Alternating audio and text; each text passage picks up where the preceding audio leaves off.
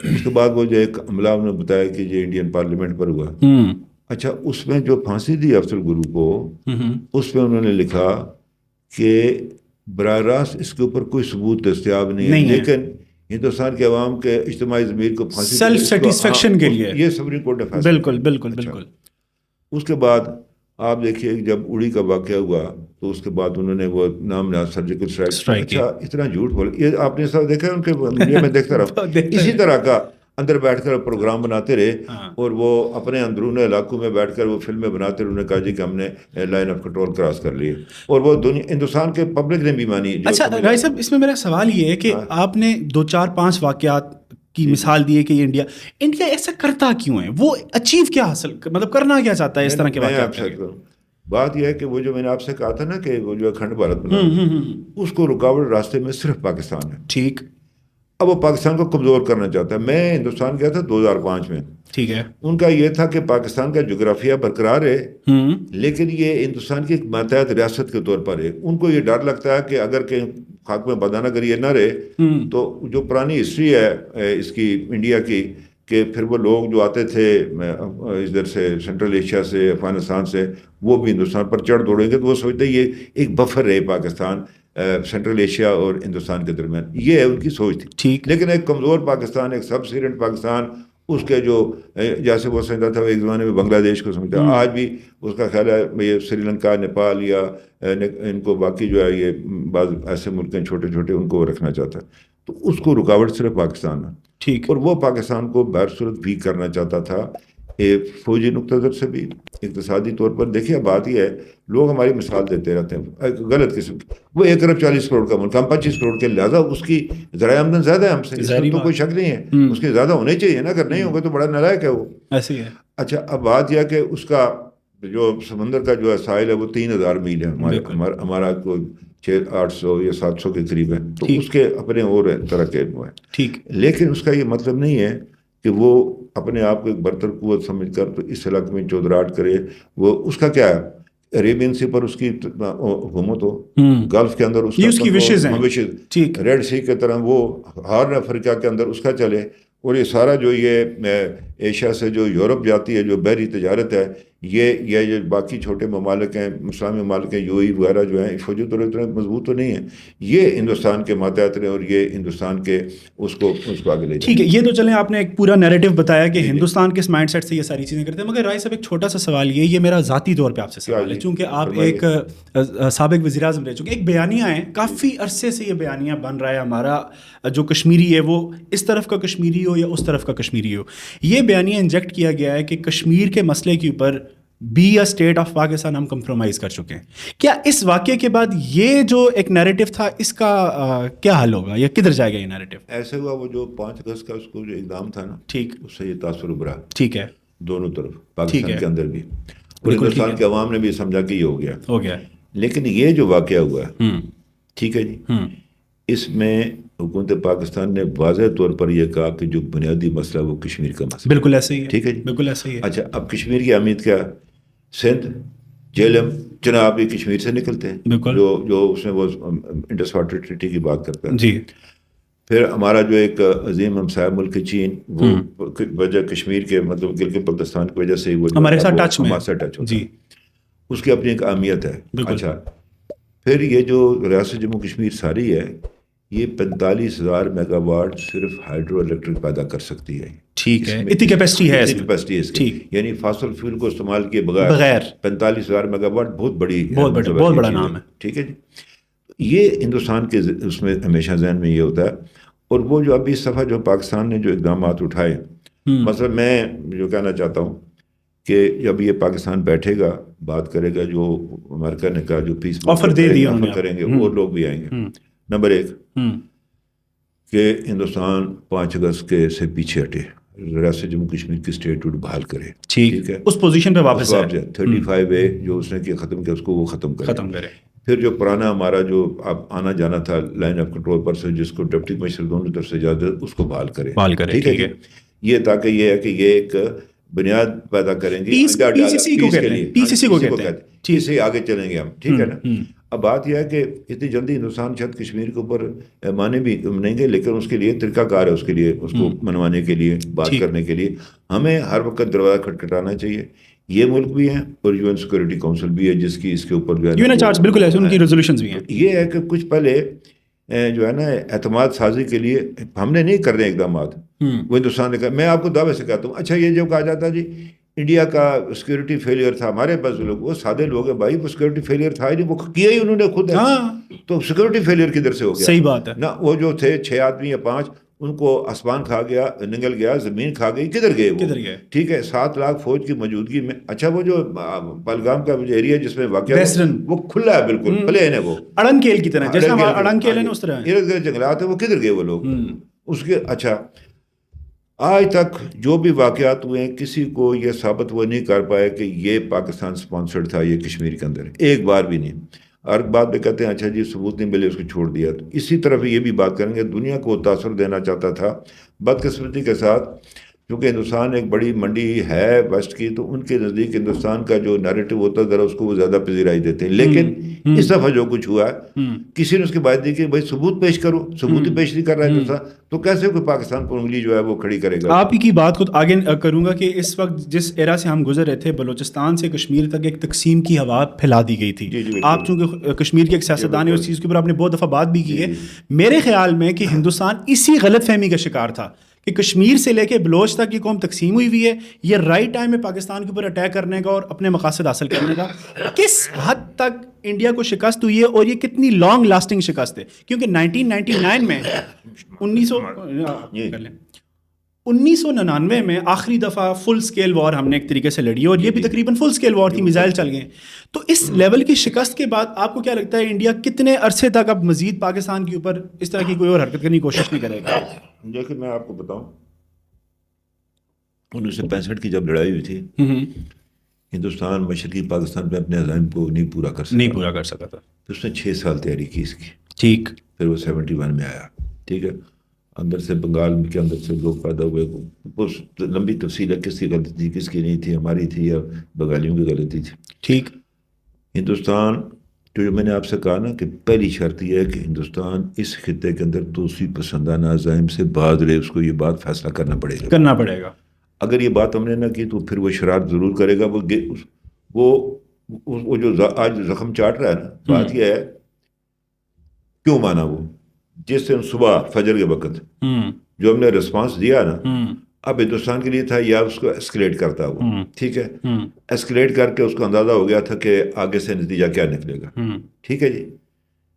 تو پھر وہ جا کر وہ تیار ہوا اور اس نے جا کر وہ ان کے ساتھ. ایسا مزے کی بات یہ ہے کہ بہت سے میں نوجوانوں سے آج میری ڈسکشن بھی ہوئی ہے، ان کو میں نے ایک بات سمجھانے کی کوشش کی ہے کہ پہلگام اس نے خود کیا، اس نے خود ہمیں جنگ کے اوپر لایا، اس نے خود ہمارے اوپر پہلا وار کیا، پھر دوسرا وار کیا، 3 دن ہمیں وہ تنگ کرتا رہا.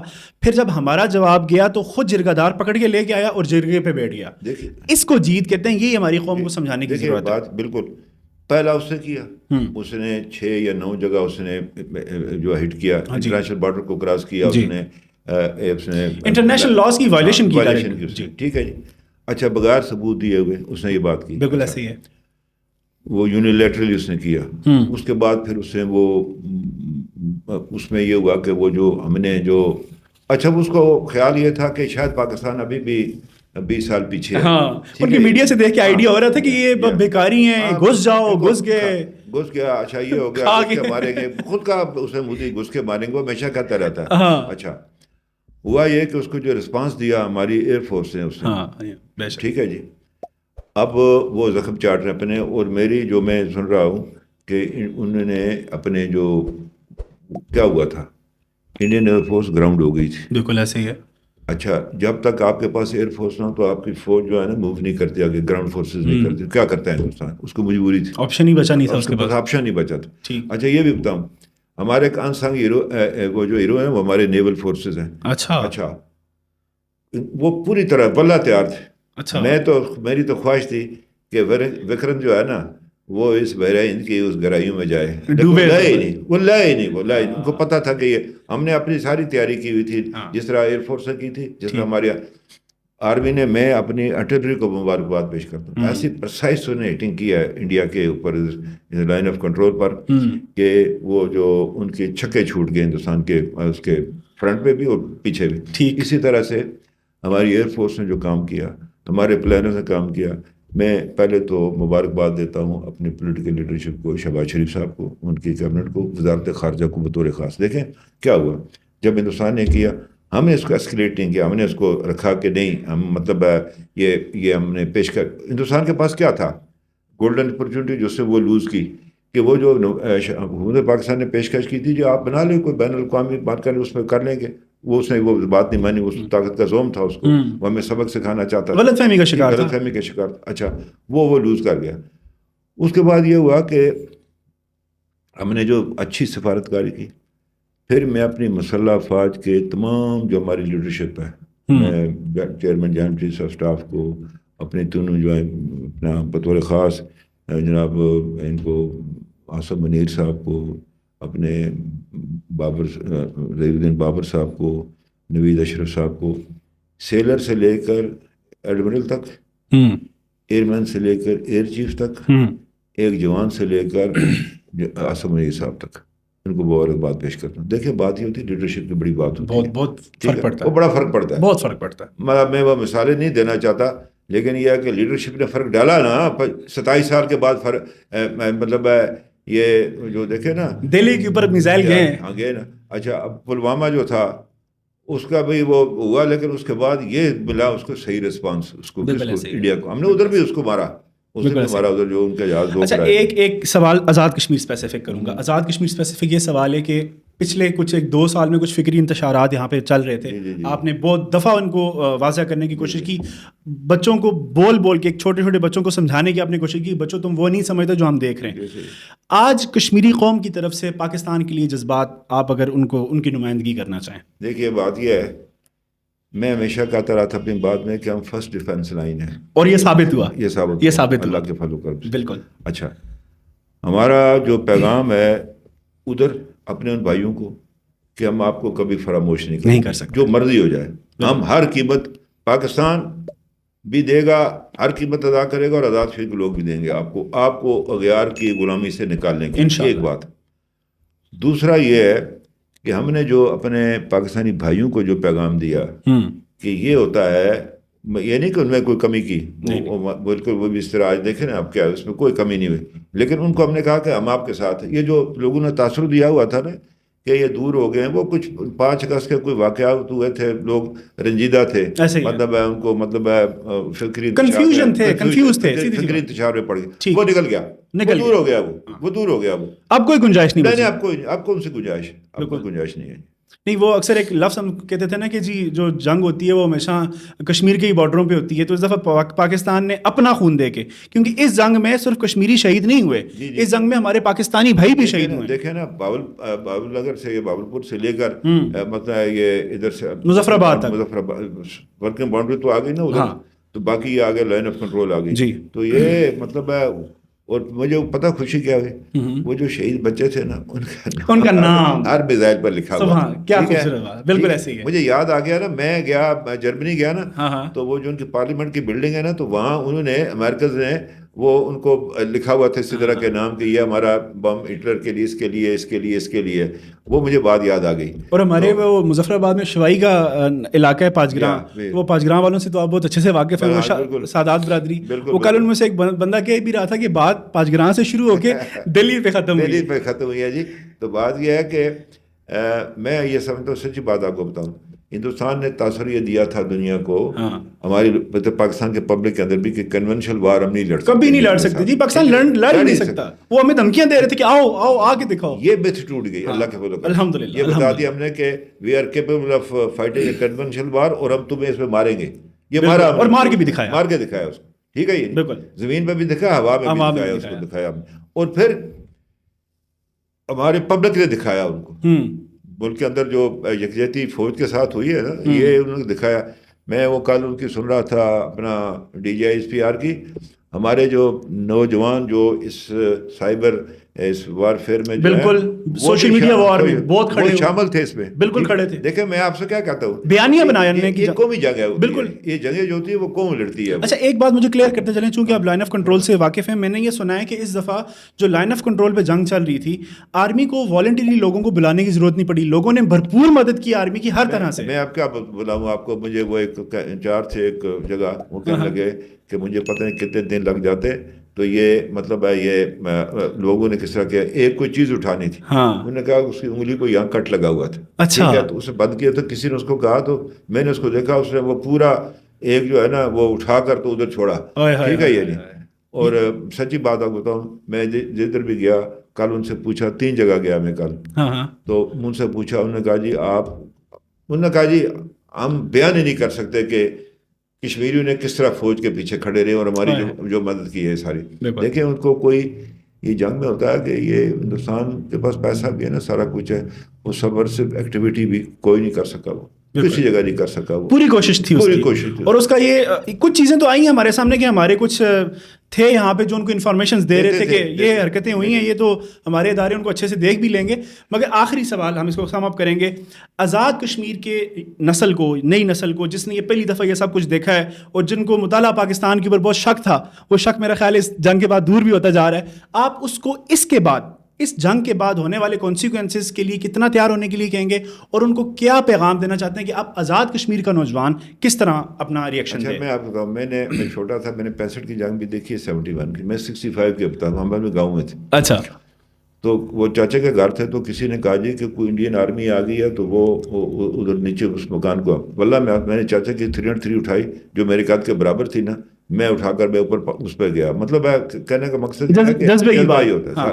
ہمارے ایک عزیز تھے نا، وہ تھوڑے تھتلاتے بھی تھے، تو میرے ایک چچا تھے، انہوں نے تلوار اٹھائی، تو انہوں نے کہا کدھر جا رہے ہیں؟ انہوں نے کہا شہید ہونے کے لیے جا رہا ہوں. ٹھیک ہے، انہوں نے اس طرح بتایا. تو گزارش آپ سے کرنا چاہتا ہوں کہ میں نے 65 بھی دیکھا، 71 بھی دیکھا، اب اس کو ہو گئے کافی عرصہ ہو گیا، اس کو 60 سال ہو گئے، 60 سال، تو لوگوں نے یہ دیکھا نہیں دیکھا.